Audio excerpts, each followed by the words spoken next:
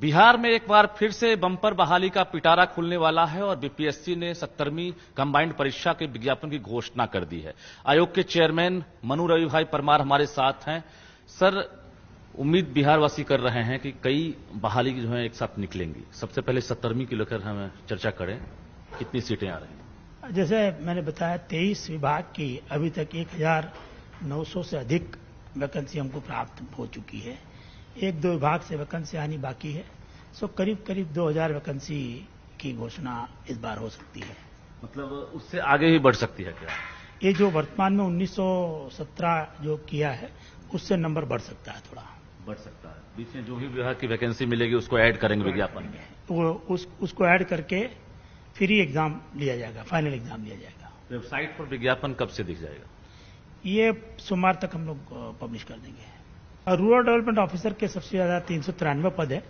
इसके अलावा जैसे बताया बिहार प्रशासनिक सेवा के 200 पद हैं और डीएसपी की वैकेंसी के करीब 125 पद है। इसके अलावा 168 पद बिहार फाइनेंशियल सर्विसेज के, जो कि assistant commissioner commercial tax department में होते हैं, उनके पद है। तो ये मेजर लेवल 9 के पद है। इसके अलावा लेवल 7 के भी करीब 1200 के अधिक पद। पिछली कुछ एग्जाम में मुझे लगता है 1200 या 1400 के आसपास वैकेंसी हुआ करती थी। इस बार काफी सारे डिपार्टमेंट ने अपनी वैकेंसी एक साथ दी है, तो वैसी स्थिति में ये नंबर करीब 1900-2000 के आसपास हुआ। आयोग अंदाज लगा रहा है कि करीब 6-7 लाख से अधिक कैंडिडेट इसमें भाग ले सकते हैं। जी। परीक्षा का पैटर्न क्या कुछ बदलाव कर रहे हैं परीक्षा के पैटर्न में, या फिर पुराने पैटर्न हो? परीक्षा का पैटर्न पिछले परीक्षाओं के जैसा ही रहेगा, लेकिन परीक्षा का जो संचालन है, जो कंडक्ट है, उसके लिए आयोग ने बड़े सारे चेंजेस किए हैं। 15 के आसपास एग्जाम आयोग ने ली है, उसमें वो सुधारों को लागू किया गया था। वही सुधारों में और कुछ इंप्रूवमेंट को जोड़ के ये 70वीं संयुक्त प्रतियोगिता परीक्षा के लिए परीक्षा का संचालन किया जाएगा। हर एक क्वेश्चन का नेगेटिव जवाब होने पर 1/3 मार्क काटने का प्रोविजन किया गया है। सेट कैसा रहेगा, जो प्रश्न पत्र का सेट है?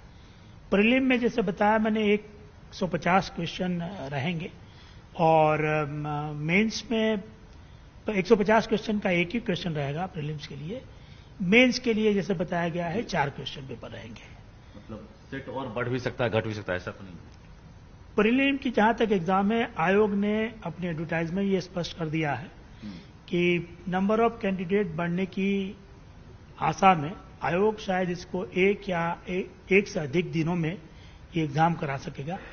साथ ही साथ एक से अधिक प्रश्न पत्र का भी प्रयोग किया जाएगा। अगर पूरे राज्य में उतने आवासन की व्यवस्था नहीं है तो वैसी स्थिति में हमको 1 दिन या 2 दिन या 3 दिन एग्जाम करना पड़ सकता है। 6-7 लाख संख्या हो जाएगी। नंबर ऑफ अपीयरिंग कैंडिडेट अगर ज्यादा होगा तो वैसी तुलना में आयोग को 2 दिन एग्जाम लेनी पड़ सकती है। देखिए, टीआरई 3 की एग्जाम में टोटल करीब 87,000 से ज्यादा वैकेंसी है और वो सभी वैकेंसी पुरानी रिजर्वेशन पॉलिसी के आधार पर उसको किया गया था। तदनुसार विभाग को category war number of vacancy को कम्युनिकेट करना है। आयोग को जितना जल्दी ये कैटेगरी वाइज रोस्टर क्लियर होकर वैकेंसी प्राप्त होती है, उतना जल्दी आयोग उस एग्जाम का रिजल्ट डिक्लेयर करेगा। कम्युनिकेशन आप लोगों का हुआ होगा ना कि रोस्टर क्लियरेंस कब तक हो जाएगा? विभाग से जैसे सूचना प्राप्त हुई है, वहां पर जिलों से भी सभी सूचनाएं इकट्ठी करके उसका रोस्टर बनाने का काम हो रहा है। अब कितना समय लगेगा वो मेरे लिए बताना ठीक नहीं है। लोग हमेशा कोशिश करता है कि एग्जाम के जितना जल्दी हो सके रिजल्ट डिक्लेयर कर दिया जाए। इस वाले में भी आपने देखा होगा पिछले दिनों सभी एग्जाम का हम लोगों ने फाइनल आंसर की भी दे दिया है। तो अब आयोग के लिए रिजल्ट डिक्लेयर करने में बहुत ज्यादा टाइम नहीं लगेगा। मतलब जैसे ही रोस्टर क्लियरेंस होगा आप जो है रिजल्ट दे देंगे? कितने दिन के बाद देंगे मोटा मोटा? करीब 2 से 3 वीक लगता है प्रोसेस पूरा करने में, क्योंकि 87,000 वैकेंसी है। और दूसरा कि नंबर ऑफ कैटेगरी में वैकेंसी पॉलिसी के हिसाब से आगे पीछे हुई है।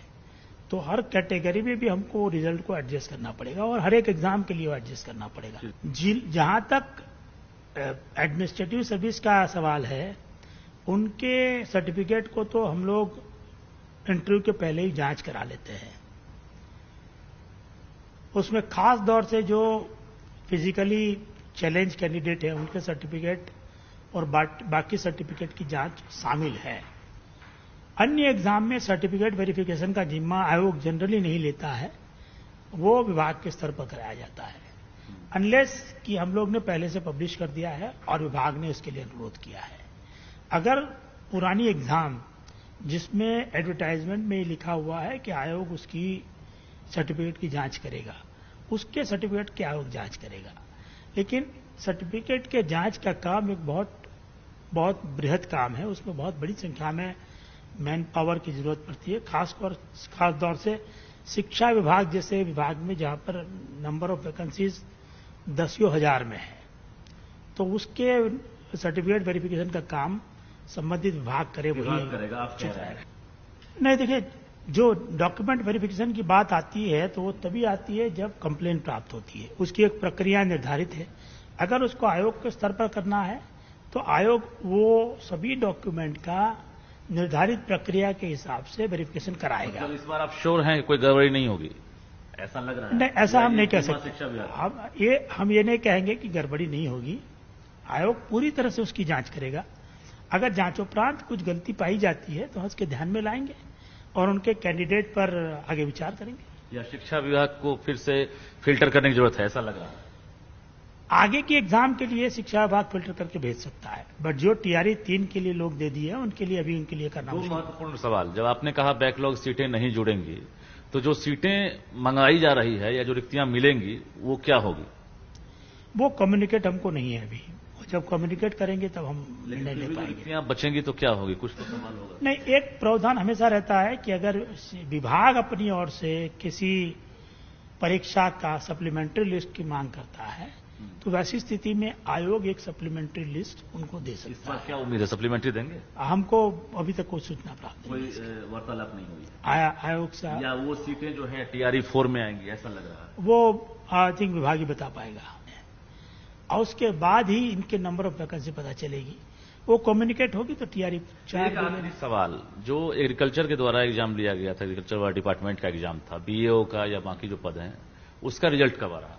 उसके रिजल्ट में अगेन रिजर्वेशन पॉलिसी में जो चेंजेस आए हैं उसके कारण थोड़ा विलंब हो रहा है। उसमें रिजर्वेशन पॉलिसी में चेंजेस होने के कारण नंबर ऑफ कैंडिडेट का हमको एडिशनल इंटरव्यू लेना पड़ रहा है। अब वो इंटरव्यू लेना अपने आप में एक प्रक्रिया है जिसमें हमको नए कैंडिडेट को 15 दिन का टाइम देना पड़ेगा। इंटरव्यू बोर्ड गठित करके उसके इंटरव्यू लेने में भी करीब हफ्ता 10 दिन 15 दिन का टाइम लगेगा। फिर उनके मार्क्स के साथ पुराने मार्क्स को मिलान करने के बाद ही अंतिम वरीयता सूची, अंतिम परीक्षा फल प्रकाशित किया जाएगा। तो वैसी स्थिति में रिजल्ट बनने में थोड़ा समय लग सकता है। मतलब फिर से इंटरव्यू के लिए शेड्यूल जारी करेंगे? फिर से उतनी ही वैकेंसी का इंटरव्यू, जितनी वैकेंसी नई पॉलिसी के कारण वो पर्टिकुलर श्रेणी में बढ़ेगी। जिनका इंटरव्यू एक बार हो चुका है उनको फिर से इंटरव्यू देने की जरूरत नहीं है। बहुत बहुत धन्यवाद। तो हमारे साथ बीपीएससी के चेयरमैन मनु रवि भाई परमार थे और महत्वपूर्ण जानकारियां दे रहे थे। बीपीएससी 17वीं परीक्षा से लेकर टीआरई 3, एचएम, हेड टीचर और एग्रीकल्चर तमाम डिपार्टमेंट को लेकर जानकारी दी है। लेकिन अभी जो फिलहाल जो उम्मीद की जा रही थी कि रिजल्ट अभी टीआरई 3 का तुरंत जारी होगा, एचएम, हेड टीचर का रिजल्ट तुरंत जारी होगा, लेकिन अब तक आयोग के पास जो रोस्टर क्लियरेंस की सूची है, जो पत्र है, वो प्राप्त नहीं हुआ है। ऐसे में पत्र आने के बाद आयोग के चेयरमैन ने कहा है कि लगभग 15 दिनों का वक्त लग सकता है। ऐसे में समझ सकते हैं, चाहे एचएम हो, हेड टीचर हो या फिर शिक्षक हो, जो अभी इस बार टीआरई 3 दिए हैं या जो अभ्यर्थी हैं, उनको इंतजार करना होगा और दुर्गा पूजा के बाद ही अब किसी प्रकार के रिजल्ट की उम्मीद कर सकते हैं। कैमरामैन दीपक के साथ रजनीश कुमार, न्यूज 18 पटना।